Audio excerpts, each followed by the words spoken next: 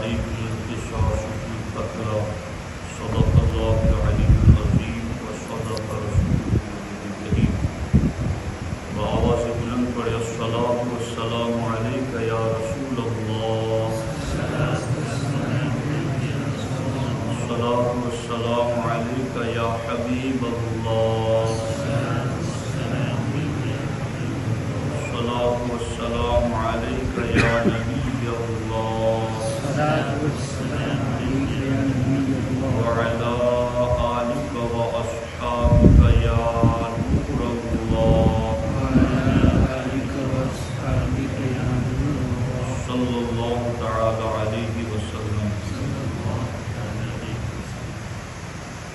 دوستان محترم، آج جو ہم یا ایھا الذین آمنوا والی آیت پر گفتگو کریں گے، اس میں اسلام کی جو قانونی اور اصولی حیثیت ہے اس کو بیان کیا گیا ہے. یعنی اسلام کے آنے سے پہلے مدینے میں دو قبیلے رہتے تھے، دو خاندان بستے تھے. ایک کا نام تھا اوس اور دوسرے کا نام تھا خزرج. قبیلہ اوس اور قبیلہ خزرج یہ دو قبیلے تھے، اور دونوں قبیلوں کے بارے میں معاملہ یہ تھا کہ ایک قبیلہ دوسرے سے طاقت میں، تعداد میں اور مال و شرف میں زیادہ تھا. اس کی وجہ سے جو قبیلہ طاقت، تعداد اور مال و شرف میں زیادہ تھا، اس نے یہ قانون بنا رکھا تھا کہ اگر فلاں کمزور قبیلے والا ہمارے کسی غلام کو قتل کر دیتا ہے تو اس کے بدلے میں ہم اس قبیلے کے آزاد شخص کو قتل کر دیں گے. وہ ہماری خاندان کی کسی عورت کو قتل کر دیتا ہے تو ہم اس کے مرد کو قتل کر دیں گے. اگر وہ ہمارے مرد کو قتل کر دیتا ہے تو ہم ان کے دو مردوں کو قتل کر دیں گے. تو اس طریقے سے ایک ظالمانہ قانون انہوں نے بنا رکھا تھا. بلکہ کبھی کبھی ایسا ہوتا تھا کہ اگر کوئی عورت قتل کی گئی تو اس کے بدلے میں اس عورت کو قتل نہیں کیا جس نے اس کو قتل کیا، بلکہ اس کے بدلے میں کسی اور کو قتل کے لیے پیش کر دیا. اسی طریقے سے کسی نے کسی مرد کو قتل کر دیا تو اب اس کے بدلے میں جو مرد قتل کے لیے دیا جائے گا وہ کسی اور کو پیش کر دیتا. یعنی اصل میں قاتل کو سزا نہیں ملتی. تو دو باتیں یہاں پر خاص طور پر قابل توجہ ہیں. ایک بات تو یہ کہ جو اصل قاتل ہوتا اس کو سزا نہ ملتی، بلکہ جب اس پر سزا آتی تو وہ اپنی طرف سے کسی مرد کو اور پیش کر دیتا قتل کے لیے، کسی عورت کو پیش کر دیتا. اور دوسرا معاملہ یہ تھا کہ طاقت میں جو زیادہ ہوتا وہ ایک قتل کے بدلے میں ڈبل قتل کر دیتا. مرد کے بدلے میں عورت، اور مرد کے بدلے میں ڈبل مرد کو، عورت کے بدلے میں مرد کو. اس طرح سے یہ دوہرا ظلم مدینے میں اسلام کی آمد سے پہلے ہو رہا تھا. اللہ تبارک و تعالی نے اس آیت کو نازل فرما کر اس ظالمانہ قانون کا خاتمہ فرما دیا. اور اللہ تبارک و تعالی نے ارشاد فرمایا، یا ایھا الذین آمنوا کتب علیکم القصاص فی القتل، اے ایمان والو تم پر مقتولوں کے خون کا بدلہ لینا فرض قرار دیا گیا. الحر بالحر، آزاد کے بدلے میں آزاد، والعبد بالعبد، غلام کے بدلے میں غلام، والانثى بالانثى، اور عورت کے بدلے میں عورت. یعنی جس نے جس کو قتل کیا ہے اس کے بدلے میں اسی کو قتل کیا جائے، کسی دوسرے کو نہیں قتل کیا جائے. اور غلام کو قتل کیا ہے تو ایسا نہیں کہ ہم بڑے خاندان والے ہیں، ہمارے غلام کو قتل کیا تو ہم تمہارے آزاد کو قتل کر دیں گے، ہمارے آزاد کو قتل کیا تو ہم تمہارے ڈبل آزاد کو قتل کر دیں گے. ایسا نہیں ہوگا، بلکہ غلام کے بدلے میں غلام تو ایک ہی، آزاد کے بدلے میں آزاد تو ایک ہی، عورت کے بدلے میں عورت تو ایک ہی. اس طریقے سے اسلام نے قتل والے گناہ کو ختم کرنے کے لیے یہ سزا مقرر فرمائی. اب یہاں خاص طور پر قابل توجہ بات جو میں آپ کے سامنے رکھنا چاہتا ہوں بہت ہی زیادہ اہم ہے۔ آج پوری دنیا کے اندر جتنا ظلم ہو رہا ہے اور وہ بھی بڑی بڑی حکومتیں کر رہی ہیں، وہ کسی سے ڈھکا چھپا نہیں ہے، اور جو حکومت جتنی زیادہ ظالمانہ ہے وہ آگے اتنا ہی زیادہ لوگوں کو امن اور پیس کی دعوے دار بنتی ہے کہ ہم دنیا کے اندر چین سکون کی تعلیم دینے والے ہیں، پیس کی تعلیم دینے والے ہیں۔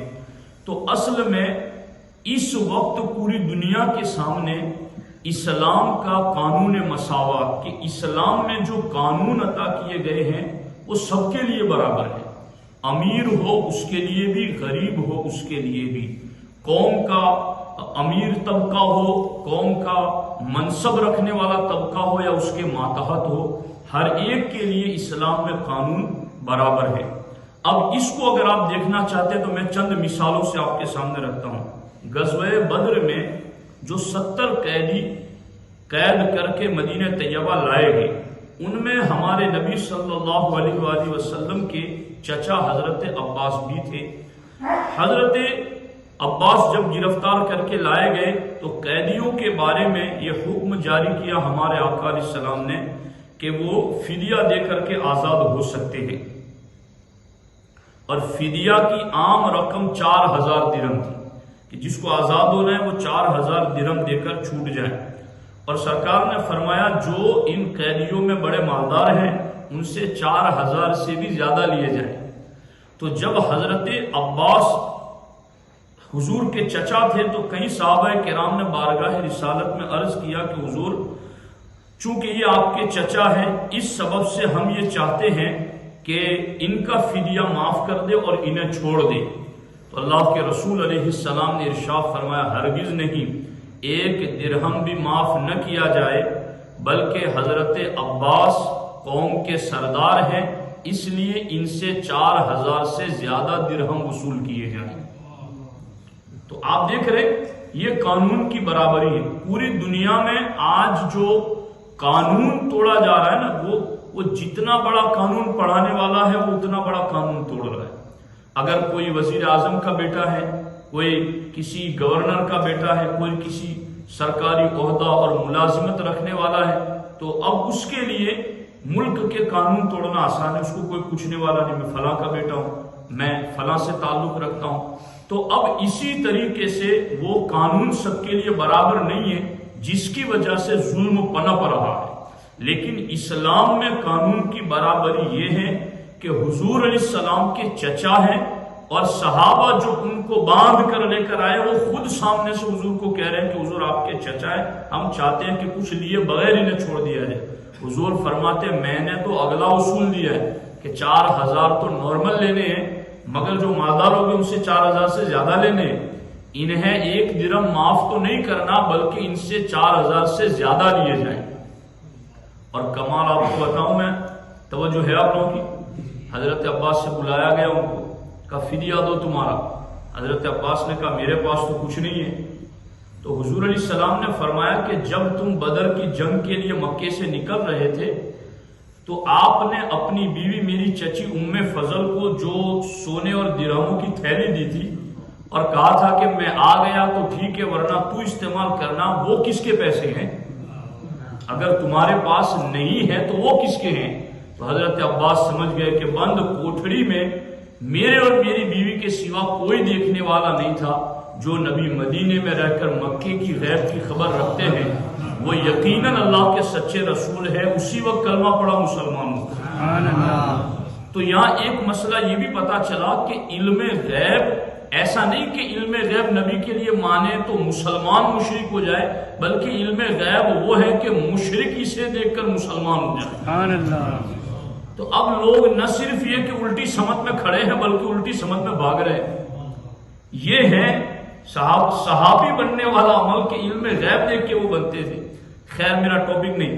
اب حضرت عباس نے اس طرح سے دیا، اور یہاں تک کہ ایک مرتبہ قبیلہ بنو مخزوم کی ایک لڑکی جس کا نام فاطمہ بنت اسود تھا، تو اس نے کوئی چوری کا کام کر لیا، اور یہ خاندان بری قریش کی عزت والی شان والی خاتون سمجھی جاتی تھی، بڑے خاندان کی بیٹی تھی.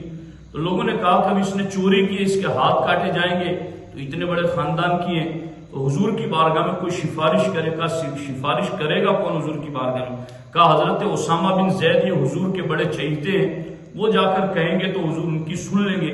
حضرت اسامہ بن زید نے جا کر کے سفارش کی تو حضور علیہ السلام ناراض ہوئے اور ارشاد فرمایا کہ بنی اسرائیل اسی وجہ سے تباہ ہو گئے کہ وہ غریبوں پر تو بغیر غور و فکر کیے ہوئے قانون نافذ کر دیتے تھے اور امیر اور سرمایہ داروں سے درگزر کرتے تھے. تو یہ تو فاطمہ بنت اسود ہیں، اگر میری بیٹی فاطمہ بنت محمد بھی چوری کرتی تو میں محمد صلی اللہ علیہ وسلم ان کے اوپر بھی قانون نافذ کر دیتا. آپ غور فرمائیں، یہ قانون کی برابری ہے جو اللہ کے رسول صلی اللہ علیہ وسلم نے حضرت عباس کے حوالے سے بھی برت کر دکھایا، اور خاتون جنت سیدات النساء اہل الجنہ سیدہ فاطمہ کا نام لے کر کے بھی قانون کی برتری حضور نے ان کے سامنے بیان کی.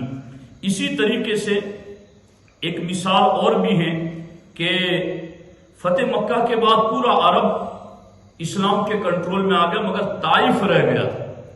تو اللہ کے رسول علیہ السلام کے صحابی حضرت صخر جن کا نام تھا، تو انہوں نے طائف کا محاصرہ کیا، گھیرا بندی کی، یہاں تک کہ طائف والے صلح کرنے پر راضی ہو گئے اور حضرت صخر نے بارگاہ رسالت میں آ کر فتح کی خوشخبری سنائی.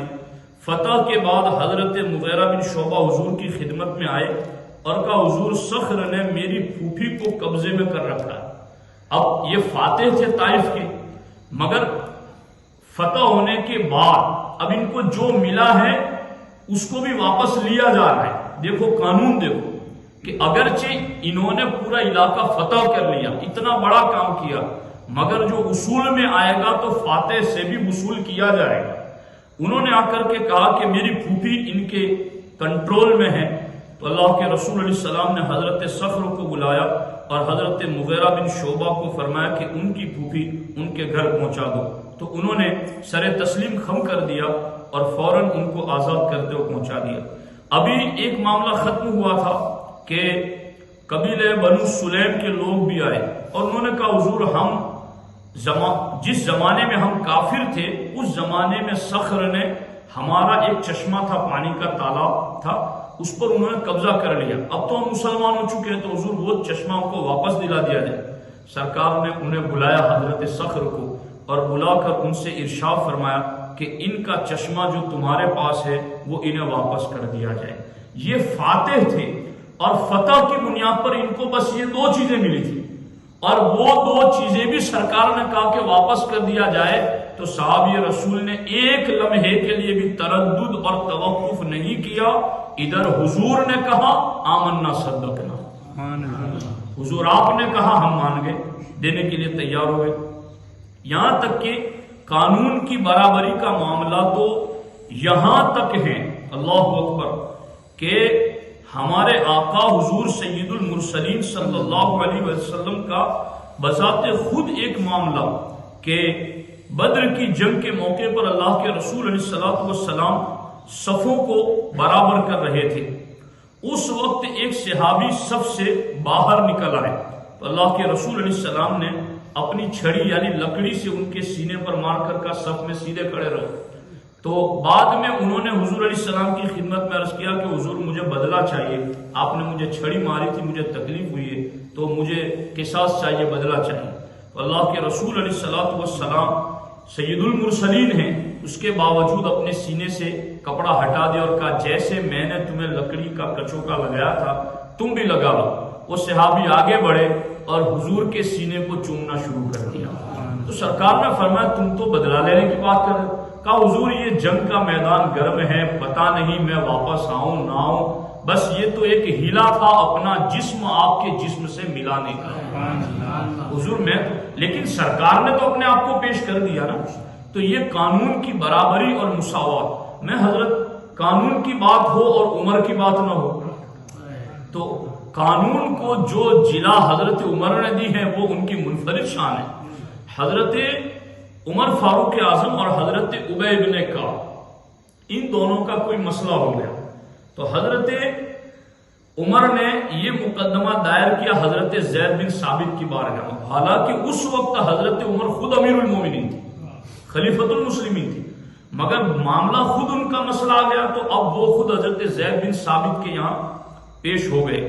حضرت ابی بن کعب نے جا کر کے دعویٰ کیا تو دونوں جب حضرت ابی بن کعب کے پاس اپنا مسئلہ لے کر کے گئے تو حضرت زید کے پاس گئے، حضرت ابی بن کعب اور حضرت عمر دونوں حضرت زید کے پاس گئے تو حضرت زید امیر المومنین سمجھ کر ان کے استقبال میں کھڑے ہو گئے اور کھڑے ہو کر کے کہا کہ امیر المومنین آپ یہاں آئے۔